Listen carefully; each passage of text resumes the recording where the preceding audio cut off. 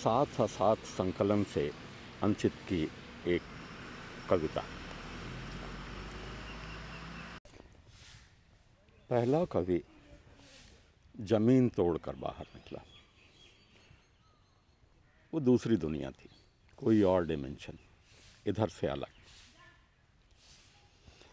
उसने जड़ों को तोड़ दिया, कुछ हरी जड़ों को भी, पर इस पाप के बाद ही उसको जीवन बदा था।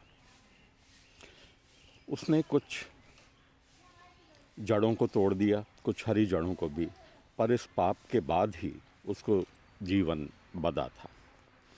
उसने हवा में सांस ली और उसके फेफड़ों से स्वर निकले।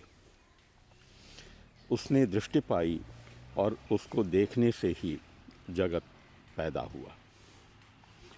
उसने सुनी आवाज़ें और ध्वनि का सृजन हुआ। ईश्वर एक परजीवी था जो कवि की देह में रहता था। कवि ने जब प्रेम किया, जीवन पैदा हुआ। सब अपनी स्थूलता में, अपनी जड़ता के साथ पड़ा हुआ था भाषा में। कवि ने जब अपने लिए ज़मीन खोदी तो जमे हुए में कंपन हुआ। एक जादुई घटना कहाँ थी यह? साधारण था सब कुछ। एक और परजीवी जिसकी देह पर ईश्वर रहता था और जो खुद दूसरी देह के सहारे जीता था। मैं जी सकता था सुंदरता के लिए और मर भी सकता था।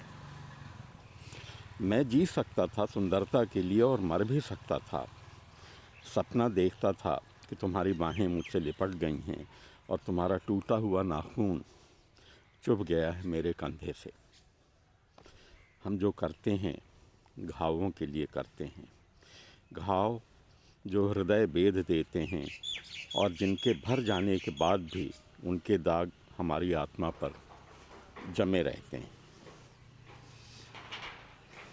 हमारा होना इसी से संभव होता है। हम इतने भर ही होते हैं।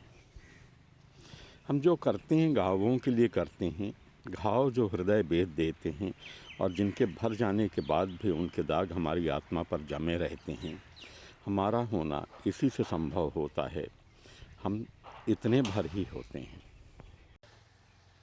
बेकार कम पढ़ी जाने वाली कविताओं में सबसे अच्छा ये होता है कि न शुरुआत के बारे में ज़्यादा सोचना पड़ता है और न अंत के बारे में।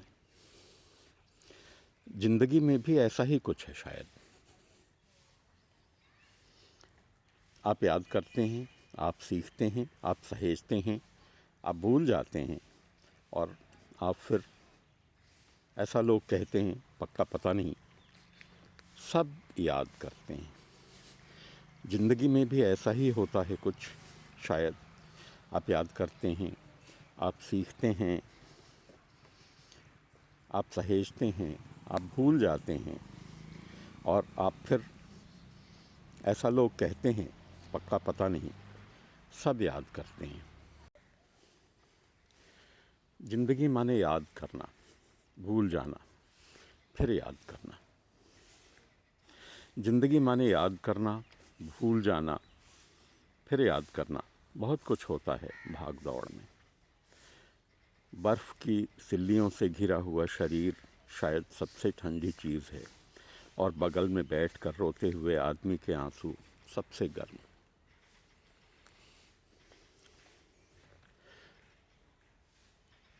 बर्फ़ की सिल्लियों से घिरा हुआ शरीर शायद सबसे ठंडी चीज़ है और बगल में बैठकर रोते हुए आदमी के आंसू सबसे गर्म। तकिया लगाए मौत पर लिखी तुम्हारी कविता के बारे में सोचते हुए और छत ताकते हुए लगता है कि आदमी की सब परेशानियाँ और पूरी की पूरी दुनिया बस इन दोनों के बीच ही कट रही है।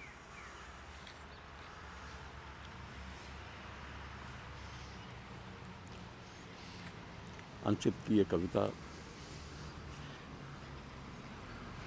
साथ साथ संकलन से, बहुत सघन कविता।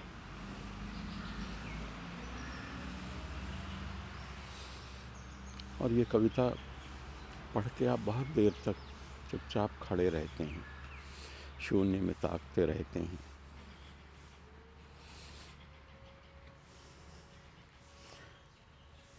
कुछ भी बोलना संभव नहीं है।